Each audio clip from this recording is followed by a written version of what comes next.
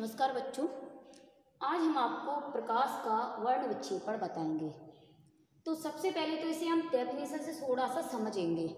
प्रकाश मतलब प्रकाश की किरण, वर्ण मतलब रंग, विक्षेपण मतलब विभाजित होना। तो सीधा हम यहाँ से समझ रहे हैं प्रकाश का कई रंगों में विभाजित होना वर्ण विक्षेपण कहलाता है। अब होता क्या है, जैसे कोई प्रिज्म होता है, प्रिज्म के बारे में हमने आपको बताया है, दिखाया भी था हमने आपको प्रिज्म। तो कोई प्रिज्म अगर होता है तो उस प्रिज्म पर जब कोई श्वेत प्रकाश की किरण डालते हैं तो वह प्रिज्म उन्हें उनके अवयवी रंगों में विभाजित कर देता है। तो ये होता है प्रकाश का वर्ण विक्षेपण।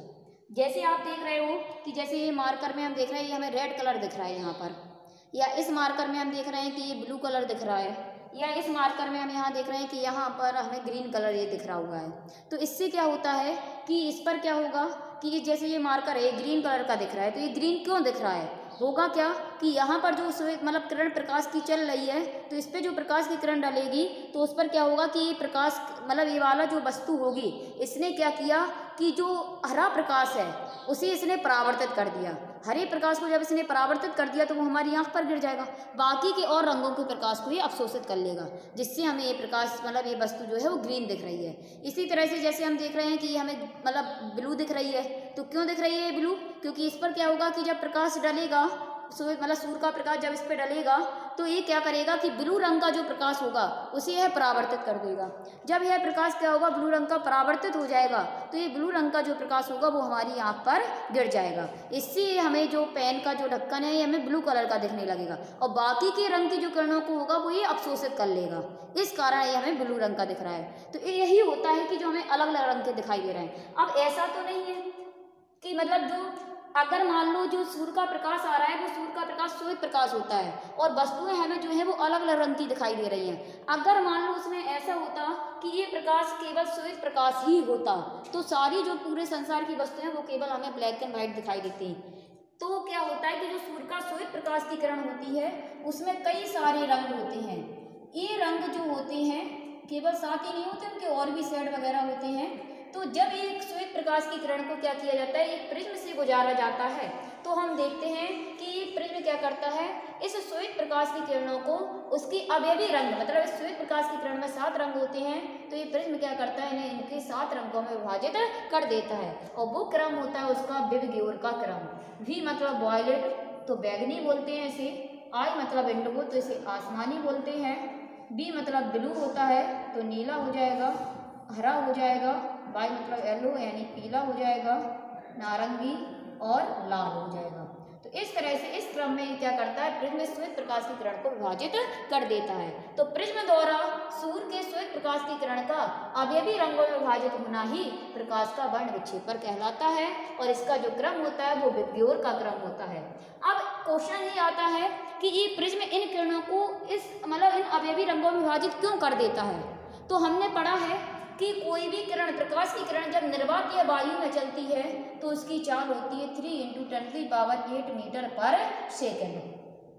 तो निर्वात या वायु में अगर कोई प्रकाश की किरण चलती है तो वो 3 × 10⁸ मीटर पर सेकेंड की चाल से चलती है। इसके बाद अगर कोई माध्यम अलग हो जाए, जैसे मान लो कोई किरण कांच में चलने लगे या जल में चलने लगे, तो इन माध्यमों में प्रकाश की चालें क्या होंगी, अलग अलग होंगी। अपवर्तन में हमने बताया था आप लोगों को कि हर माध्यम में प्रकाश की चाल अलग अलग होती है। तो यहाँ हम देखते हैं कि जो श्वेत प्रकाश की किरण आ रही है वो वायु में से होकर जा रही है। इसके अंदर जब प्रिज्म में जाएगी तो मान लो प्रिज्म कांच का है या और कोई भी पारदर्शी माध्यम का है, तो यहाँ पर इस श्वेत प्रकाश की किरण में जितने भी रंग होंगे तो इनसे सभी रंगों की चालें जो होंगी वो अलग अलग हो जाएंगी। इससे ये किरणें क्या होगा, अपने अलग अलग रंगों में ये विभाजित हो जाएंगी। तो प्रकाश की चाल के अलग अलग होने के कारण इन रंगों मतलब प्रकाश जो सूर्य का प्रकाश होता है, श्वेत प्रकाश किरण होती है, वो अवयवी रंगों में विभाजित हो जाती है। अब इससे कुछ क्वेश्चन आते हैं प्रिज्म मतलब वर्ण विक्षेपण से संबंधित कि जैसे जो हम देख रहे हैं बैगनी रंग की किरण है, इस बैगनी रंग का अगर विचलन कोण देखा जाए तो कितना बनेगा, ये बनेगा यहाँ पर मतलब यहाँ से इसे अगर आगे बढ़ाएंगे तो इसके साथ देखेंगे आपतित किरण के साथ, तो विचलन कोण हम देख रहे हैं कि इसका इतना बन रहा है, ये है बैगनी रंग का। और जबकि अगर दूसरी ओर किरण का देखें, मान लो आसमानी का देखेंगे तो इतना बनेगा, नीले का देखेंगे और कम हो जाएगा, हरे का देखेंगे और कम होगा, और हम लाल का देखेंगे तो सबसे कम हो जाएगा। तो हम देख रहे हैं यहाँ पर कि जो बैगनी रंग की किरण है विचलन कोण को डेल्टा से लिखते हैं बैंगनी रंग की किरण का विचलन कोण है तो डेल्टा V से लिख देंगे, और लाल रंग की विचलन कोण है को हम डेल्टा R से लिख देंगे। विचलन कोण को डेल्टा से लिखते हैं तो हम देख रहे हैं कि विचलन कोण जो है वो बैंगनी रंग का सबसे अधिक होता है और लाल रंग का विचलन कोण सबसे कम होता है। तो 1 नंबर के लिए आपके यूपी बोर्ड के हिसाब से क्वेश्चन आता है कि किस रंग की किरण का विचलन कोण सर्वाधिक होता है और किस रंग की किरण का विचलन कोण सबसे कम होता है। तो हम बता सकते हैं कि बैंगनी रंग का विचलन कोण सर्वाधिक होता है और लाल रंग का विचलन कोण सबसे कम होता है। चित्र के द्वारा हम देख भी पा रहे हैं। इसके बाद हमें पता है कोई भी किरण जो विचलित होती है वो उस माध्यम के अपवर्तनांक पर भी निर्भर करती है। हर रंग का अपवर्तनांक भी अलग अलग होता है। तो जिस रंग की किरण ज्यादा विचलित होती है उस रंग का अपवर्तनांक भी सबसे अधिक होता है। तो यहाँ पर बैंगनी रंग की किरण सर्वाधिक विचलित हो रही है, इसलिए बैंगनी रंग का अपवर्तनांक सबसे अधिक होगा और लाल रंग की किरण का अपवर्तनांक सबसे कम होगा। तो एक क्वेश्चन ये भी आ जाता है कि किस रंग की किरण का अपवर्तनांक सर्वाधिक होता है और किसका कम होता है।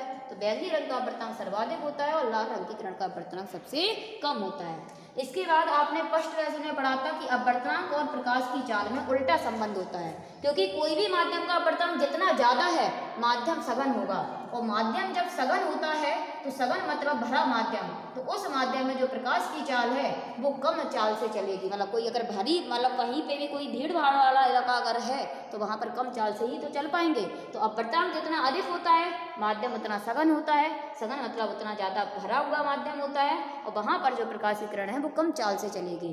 तो बैंगनी रंग के लिए अपवर्तनांक सर्वाधिक होता है, इसलिए बैंगनी रंग की जो चाल होती है वो सबसे कम होती है और लाल रंग की किरण के लिए चाल सर्वाधिक होती है। इसके बाद आप लोगों ने एक फॉर्मूला मतलब 9th में पढ़ा हुआ है V बराबर n लैम्डा। तो V बराबर n लैम्डा में जब हम देखते हैं कि V चाल होती है, n आवृत्ति होती है, लैम्डा तरंगदैर्ध्य, तो यहाँ चाल और तरंगदैर्ध्य में सीधा संबंध होता है। जिस रंग की चाल सबसे अधिक होगी उस रंग की तरंगदैर्ध्य भी सर्वाधिक होगी। तो हम यहाँ देखते हैं कि लाल रंग की चाल सबसे अधिक है, इसलिए लाल रंग की तरंगदैर्ध्य भी सर्वाधिक होती है और बैंगनी रंग की जो तरंगदैर्ध्य है वो सबसे कम होती है। तो आपके ये 4 जो क्वेश्चन हैं छोटे छोटे क्वेश्चन हैं, 1 नंबर में आपकी यूपी बोर्ड के हिसाब से बहुत ज़्यादा इंपॉर्टेंट है। किस रंग का विचलन कोण सर्वाधिक होता है तो बैंगनी रंग का, सबसे कम लाल रंग का। अपवर्तनांक बैंगनी रंग का सर्वाधिक होता है और लाल रंग का सबसे कम होता है। इसी तरह से प्रकाश की चाल जो है वो सर्वाधिक लाल रंग में होती है और कम जो होती है वो बैंगनी रंग में होती है, और तरंगदैर्ध्य सर्वाधिक लाल रंग की होती है और कम सबसे बैंगनी रंग की होती है। इसमें से एक क्वेश्चन और पूछा जाता है कि कौन से रंग की किरण प्रिज्म के आधार की ओर प्राप्त होती है। प्रिज्म का आधार ये होगा, तो हम देख रहे हैं कि प्रिज्म के आधार की ओर जो हमें किरण प्राप्त हो रही है वो बैंगनी रंग की प्राप्त हो रही है। तो आधार की ओर प्राप्त होने वाली किरण बैंगनी रंग की है और आधार से दूर जो किरण प्राप्त होगी वो लाल रंग की होगी। तो बैंगनी रंग की किरण हमें प्रिज्म के आधार की ओर प्राप्त होती है, जबकि लाल रंग की किरण प्रिज्म के आधार से दूरस्थ होती है। तो ये आज सारे आपके बहुविकल्पी वाले क्वेश्चन हैं और बच्चे इन्हीं पर कम ध्यान देते हैं। तो ये क्वेश्चनों को हमें और ज़्यादा विशेष रूप से ध्यान देना पड़ेगा, क्योंकि ये क्वेश्चन नंबरिंग अच्छी लेते आते हैं। इन्हीं से हमारे मतलब जो एग्जाम में नंबरिंग बढ़ती है वो इन्हीं क्वेश्चनों से बढ़ती है, एक एक नंबर के। एक बार हम वर्ण विक्षेपण की डेफिनेशन को फिर से रिपीट कर दे रहे हैं। प्रकाश का वर्ण विक्षेपण यानी जब कोई प्रिज्म पर हम श्वेत प्रकाश की किरण को डालते हैं तो यह प्रिज्म क्या करता है, इन श्वेत प्रकाश की किरण को उसके अवयवी रंगों में विभाजित कर देता है। तो यही घटना प्रकाश का वर्ण विक्षेपण कहलाती है और एक क्रम जो होता है वो विग्योर का होता है। आप इसका प्रैक्टिकल करना चाहो तो प्रैक्टिकल भी कर सकते हो। एक कोई पटरी ले लो या फिर क्या करो, जैसे हम पटरी को ले लें, एक क्या होता है पेन भी होते हैं जो थोड़े से मतलब घुमावदार होते हैं, उन्हें अगर हम सूर्य के प्रकाश की किरण के सामने ले जाएं तो हम देखेंगे कि हमें 7 रंग दिखाई देते हैं। इसका एक और एग्जाम्पल है इंद्रधनुष। इंद्रधनुष के बारे में भी हम आपको आगे बताएंगे।